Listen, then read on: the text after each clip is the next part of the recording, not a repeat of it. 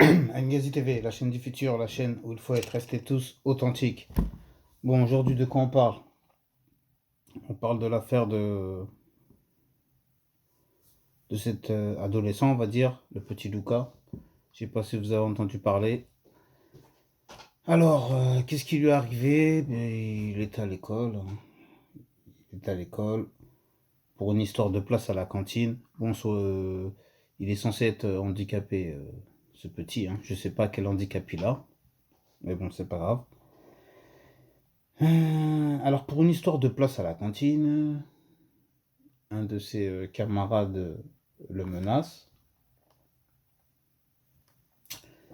jusqu'à qu'il l'attende à la sortie de l'école, qu'il le tabasse, que le petit se retrouve avec un nez cassé, une cloison nasale déviée, c'est-à-dire ils ont dû l'opérer pour lui remettre le nez, puisque le nez était de travers, on va dire, entre guillemets.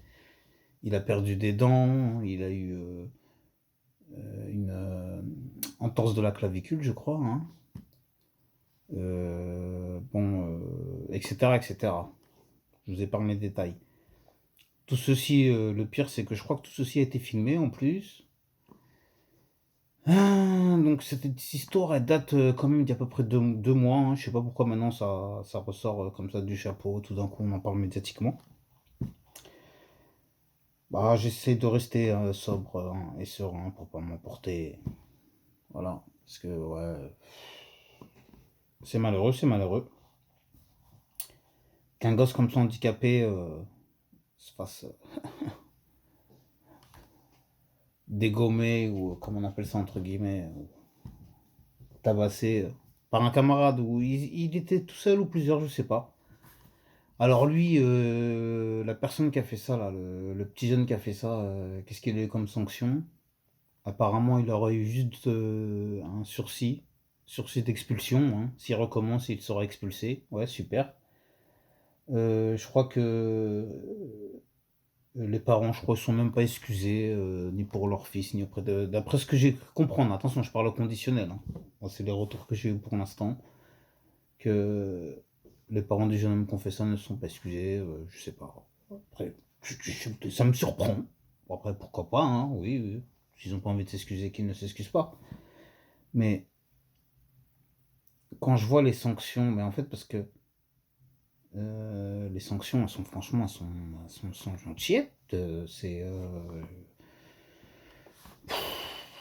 Après, moi, je suis pas pour ce qu'on foute tout le monde en prison, mais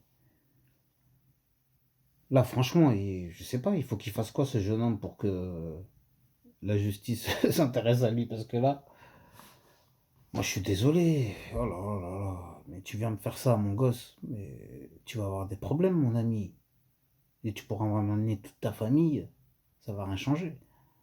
Donc là, franchement,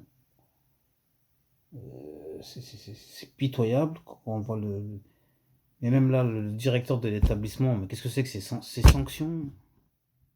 Moi, je ferais sans inciter à quoi que ce soit, bien évidemment, mais si je serais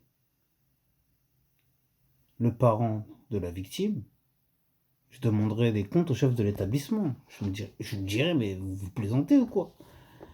Il a même pas été expulsé après ce qu'il a fait à mon gosse. Tu veux que je te fasse pareil ou que je fasse pareil à ton gosse et qu'on voie ce que tu vas faire avec moi? Non, mais excusez-moi, désolé, c'est bon, on s'en porte pas. C'est pour ça que je vous dis, je reste calme, ça me fait. Ouh là là là là là. Ah non, mais vous voyez dans quel monde on vit, franchement. On va essayer de rester dans le calme et la sérénité. Hein. Vous savez, c'est une de mes devises. Elle est sortie de nulle part celle-là, mais bon, c'est mieux. Alors, franchement, j'essaie justement de peser, mesurer chaque mot que j'emploie afin de ne choquer personne. C'est pour ça que d'habitude j'ai un ton élevé, là j'ai un ton très calme. Je préfère que ce soit comme ça aujourd'hui. Vous aurez qu'à juste augmenter le son de votre téléphone ou de votre téléviseur. Alors, pour en revenir à cette histoire, parce qu'il y a plein de choses à dire, c'est pour ça que je prends mon temps, parce que j'ai pas envie de faire n'importe quoi et oublier des détails importants. Et ce que je veux dire par là, je vais essayer de faire une transition. en mode Pascal le grand frère. Ce que je veux dire par là, essayez-vous chez vous. Je parle des gens qui vivent en France, hein, ou même que ce soit dans d'autres pays, en Afrique ou quoi que ce soit. Mais essayez de... faites du sport, entretenez-vous, faites de la musculation, je sais pas moi, pratiquez un sport de combat, euh, allez dans, comment on appelle ça là, les stands de tir, apprenez à vous servir d'une arme, apprenez plein de choses. Dans quel but? Juste dans le but de l'autodéfense. Pourquoi? Pour chaque chose comme ça du quotidien qui pourrait vous arriver, que vous soyez en mesure de vous défendre. Ce qu'ils appellent aussi les Américains, je crois, l'autodéfense, self-défense, je sais plus comment ils appellent ça, hein, ils sont tout plein de modes, mais sur ça, c'est pas si con que ça, ce système-là, parce que on arrive à une époque où souvent je me demande moi-même, où tous les gens se demandent, mais demain, s'il y a une vraie révolution, s'il y a un vrai chaos, d'ailleurs, on a l'impression parfois que c'est ce que recherchent les élites qui nous gouvernent, hein, bizarrement. Bon, bref. Mais on se dit, s'il y a un vrai chaos, qu'est-ce qu'on va faire? Comment on va faire? Si les gens sont tellement affamés qu'ils se disent, bon, bah, on va aller n'importe où, se servir, et comment on va se défendre le jour où ça va arriver, ça? Parce qu'on ne sait pas, on n'est pas à l'abri de ça, on sait très bien. Là, si demain, là, le tonton Poutinov, là-bas, là, il appuie sur un bouton, qu'est-ce qui va se passer? Qu'est-ce qui se passe à votre avis? Allez, ok, même si toute l'humanité ne disparaîtra quand même pas en un instant, mais vous imaginez les répercussions? Vous imaginez comment nos instincts primaires d'antan reviendront au galop tout d'un coup? Parce que là, nous, là, on fait partie de toute une génération d'embourgeoisés, surtout dans les pays occidentaux. Parce qu'on est là, on est dans le luxe, le confort. Oui, je sais, on sort un peu du débat, mais c'est pas grave. C'est très important ce dont je suis en train de vous parler. On est dans le luxe, le confort. On, on est là, on est au chaud, on a son petit canapé, on a nos petits téléphones, on a tout ce qu'il faut. Bon, oui, ok, il faut aller un peu trimer, machin, payer ses factures, etc. Mais finalement, comparé aux gens d'avant, on est, on est loin d'être les plus mal lotis. Imaginez-vous avant, les gens, sans électricité, sans congélateur, sans micro-ondes, sans télévision, sans voiture, sans tout ça. Imaginez-vous, c'était quoi leur vie? Ah ouais, ça devait être plus simple.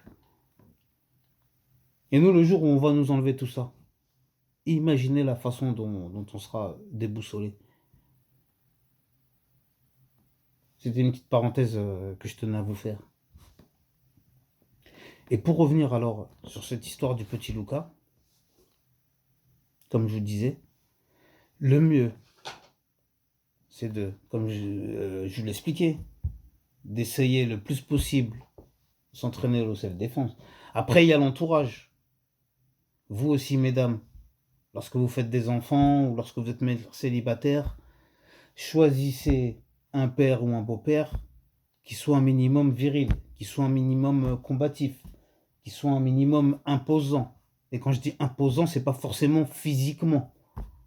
C'est-à-dire que la personne doit avoir une certaine carrure, une certaine stature, un certain caractère, une façon de s'exprimer, de s'imposer, de se faire respecter, quel que soit l'endroit où vous vous trouvez. Je sais, oui, c'est pas facile à trouver, mais c'est trouvable quand même. Et c'est d'ailleurs pour ça, comme je le dis souvent, pourquoi les femmes préfèrent les bad boys, les machins, les mecs qui ont presque peur de rien. Pourquoi? Parce que instinctivement, elles se disent, ce gars-là, il pourra me protéger, moi et ma progéniture.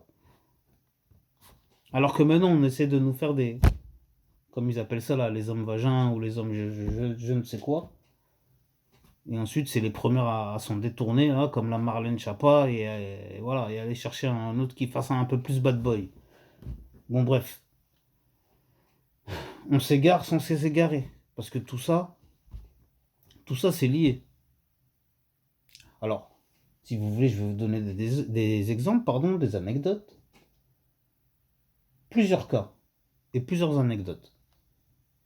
Alors, premier cas, une de mes filles à l'école, pareil, la quinzaine d'années, Elle vient me voir un jour. Oui, j'ai pris une gifle à l'école, un mec m'a mis une gifle, papa. Ah ouais, bon, qu'est-ce qui se passe? J'enquête, je demande à savoir le pourquoi du comment. Elle me dit, elles étaient trois filles, il y avait un garçon. Elles se sont moquées de lui, elles l'ont humilié en public ou je sais pas ce qu'elles ont fait, elles ont ricané sur lui. Il s'est senti humilié, il lui a mis une gifle. En gros, si je suis neutre, objectif, ce que vous voulez, ma fille était en tort. Pour moi, hein, d'après mon point de vue. Donc du coup, j'ai laissé faire, je n'ai rien fait. Mais, nuance, si elle m'aurait raconté une version selon laquelle elle n'a rien fait, ceci, cela, il est venu, l'homme une tarte, laissez-moi ricaner. Je serais parti à l'école et je vous raconte pas le scandale que j'aurais fait. Le petit serait venu, je l'aurais pris par les oreilles, j'aurais dit ramène ton père, ta mère, ta grand-mère, tous tes cousins, toutes tes cousines, tout qui tu veux, et vas-y, on va régler ça là, tout de suite là. Donc vous voyez ce que je veux dire. C'était un exemple que je voulais vous donner. C'était pour dire que il faut aussi savoir, parfois, là, dans le cas du petit Luca, là, moi, si c'est mon fils qui fait ça, un handicapé, mais je le prends, mais je le tords en mille devant la mère du. Je lui dis, monsieur, je lui dis, madame, c'est mon fils qui a fait ça. Mais je le prends, mais je le tords en mille devant la dame. Je lui dis, désolé, madame, regardez. Hein. Et je le fais pire. Hein. Ah, mais je plaisante, mais. Non, mais. J'ai pas le droit de dire ça, attention, hein, je vais pas faire d'incitation, mais c'était. Attention, c'est une métaphore. Calmons-nous, calmons-nous. Commencez pas à signaler, à dire, ah, il est fou, il fait ça. Non, non. C'est bon, on est dans le conditionnel, c'est bon. Calmez-vous. Mais vous voyez ce que je veux dire?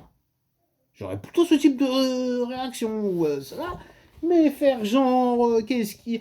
Parce qu'apparemment, il y a des échos comme quoi les parents du petit qui ont fait ça, ils assument, ils s'en foutent, ils veulent même pas s'excuser, ils veulent même pas truc. Je sais même pas s'ils ont engueulé leur fils ou si machin. Pareil là, je sais pas, moi, les services sociaux ils font quoi? Ils s'occupent pas, non, non, ils cherchent pas à savoir pourquoi le petit il est si violent, etc.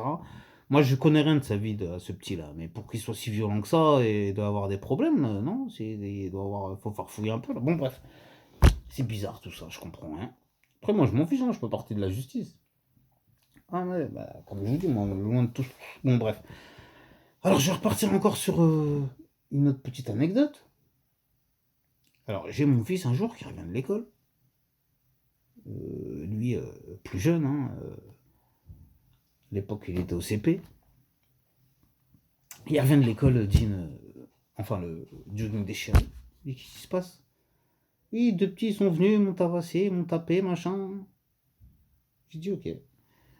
Alors, au début, je suis resté calme, serein, posé. Il est parti raconter la même version à sa mère. Sa mère est partie à l'école, elle a fait un scandale, elle a chopé les deux petits.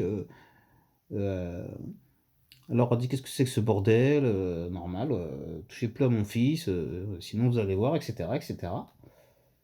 Et puis il y a les parents des deux petits gaillards qui sont venus pour essayer d'agresser madame, hein, la mère de mon fils. Moi j'étais pas là. Hein.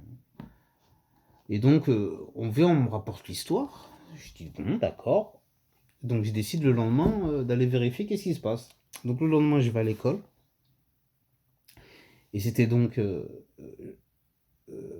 on me montre, on m'indique quelle est la personne concernée. Ah, j'arrive, punaise, c'était une montagne. Il faisait, je crois, il y a 1m90, 90 kilos, un peu en mode wesh wesh. J'ai dit, bon, ça va être compliqué, mais c'est pas le moment de perdre ses colonnes. Donc, qu'est-ce que je fais? Comme moi, je suis un peu timbré. Je vais voir le gars, je le chope par le col.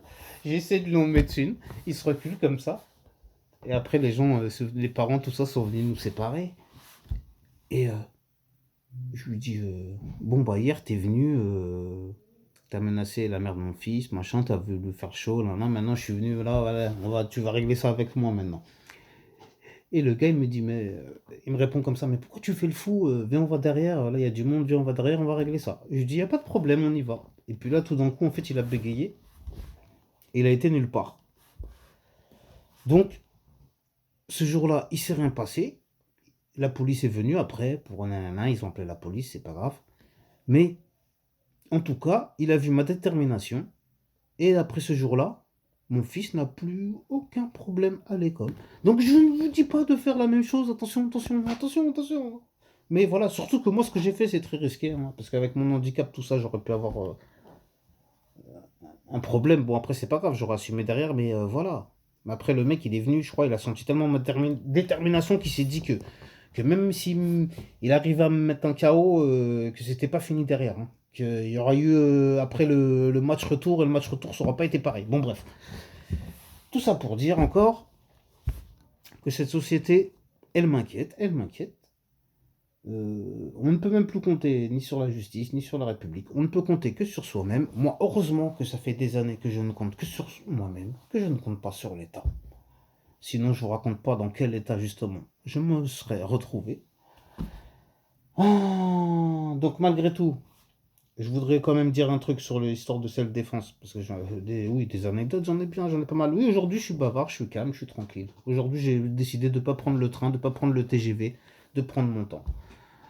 Alors, en technique de self-défense, je vais vous dire ça quand même. Je vous conseille, parce que moi ça m'est arrivé pareil. Hein. Oui, je sais, j'en ai des anecdotes, j'en ai à l'appel. Et quand j'avais une quinzaine d'années, pareil. On m'est tombé dessus, les mecs ils devaient être 5 ou 6 minimum. Moi, comme d'habitude, j'ouvrais trop mon clapet. Après, il a fallu assumer. Et après, je me suis mangé une dérouillée hein, avec 5-6 personnes contre moi. Sauf que, heureusement, la chose que j'ai faite, c'est que je me suis mis en garde, je me suis mis en position fœtus à terre et j'ai mis mes bras comme ça. Donc si un jour ça vous arrive, vous faites agresser par plusieurs personnes, écoutez bien, ça peut peut-être vous sauver la vie. Vous faites comme ça. Ou ça peut peut-être vous sauver juste un membre. Vous faites comme ça. Vous restez en boule, bien en boule, bien vous protégeant le plus possible. Comme ça. Et c'est-à-dire, et quand ils vont vous mettre des coups de pied, des machins, des coups de je ne sais quoi, vous serez protégé au maximum. Et pareil pour les jambes, vous repliez tout, vous vous mettez en boule. Et vous essayez de maximum de contracter vos muscles et attendre que ça passe. Hein. Ça peut durer 30 secondes, 2 minutes, 3 minutes. Après, sur le coup, ça paraît une éternité. Hein.